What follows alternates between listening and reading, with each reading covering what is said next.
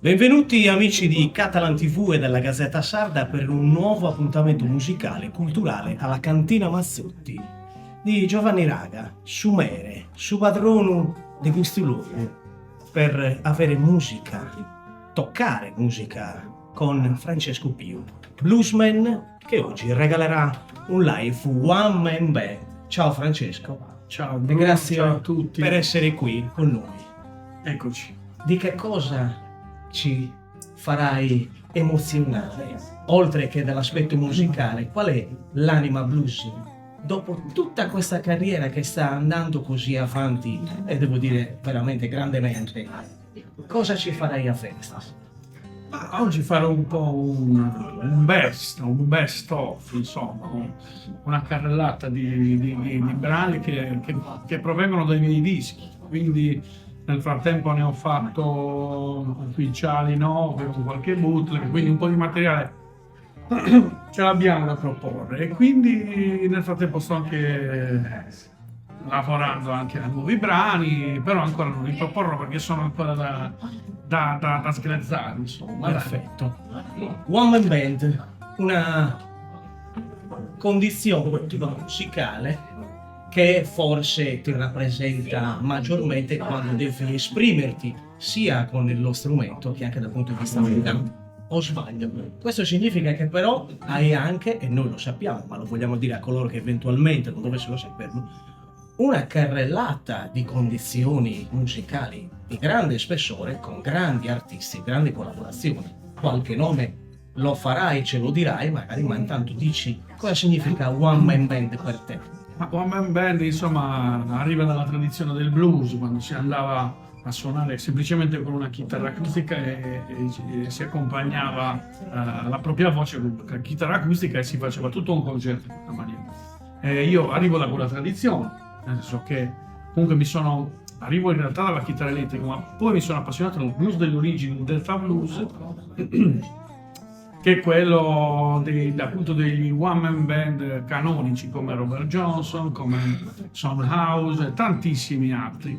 Quindi mi rifaccio a quella tradizione, giustamente la tradizione che apparentemente non è di questa terra, viene da oltreoceani, però in realtà io sostengo che il blues e la musica in genere viaggia ad altre latitudini, insomma, altitudini E anche profondità. e quindi il blues come la musica è patrimonio dell'uomo, e in questo caso a me da sardo ho avuto comunque un'infanzia in cui ho ascoltato tanti bluesmen, tanto rock, tanta musica che comunque arrivava o dall'Inghilterra o dall'America, e quindi sono stato influenzato da quella matrice là, e mi ritrovo a riproporre appunto una musica che arriva dal sud degli Stati Uniti.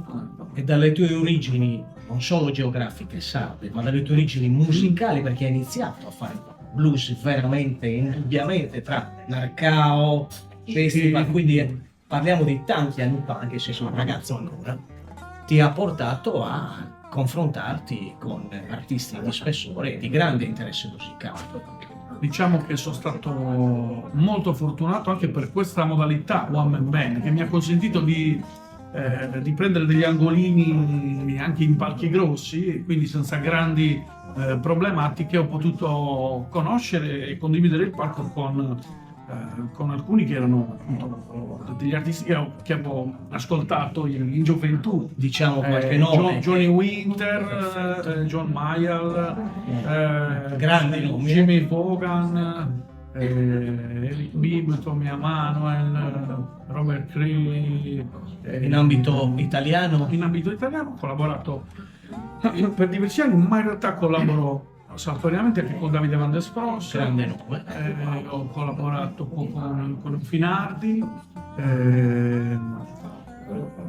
Tanti e tanti. Sì, dai, ho avuto questa fortuna di confrontarmi. Non riusciremo a dirli ovviamente tutti, ma coloro che hanno seguito i percorsi, e voi che avete seguito i percorsi di Francesco, indubbiamente saprete che cosa significa questo percorso, sia in ambito isolano, poi nazionale e internazionale, e che oggi, nonostante questa tua bella carriera, importante, non hai difficoltà a venire anche in realtà fra virgolette minori, come può essere anche in un locale o in un ristorante, e Assolutamente. incontrare le persone. Questo è un lato molto molto interessante, umano, che anche a noi interessa, dove tu Certo. riesci a coniugare l'esperienza che hai, la bravura che hai, con quello che è la convivialità, anche di venire semplicemente ad ascoltare, attraverso anche magari, non so, bere un bicchiere di vino, una tazza di tè e godere di quello che si della Ma assolutamente il blues è una musica che arriva non dai grandi teatri, ma arriva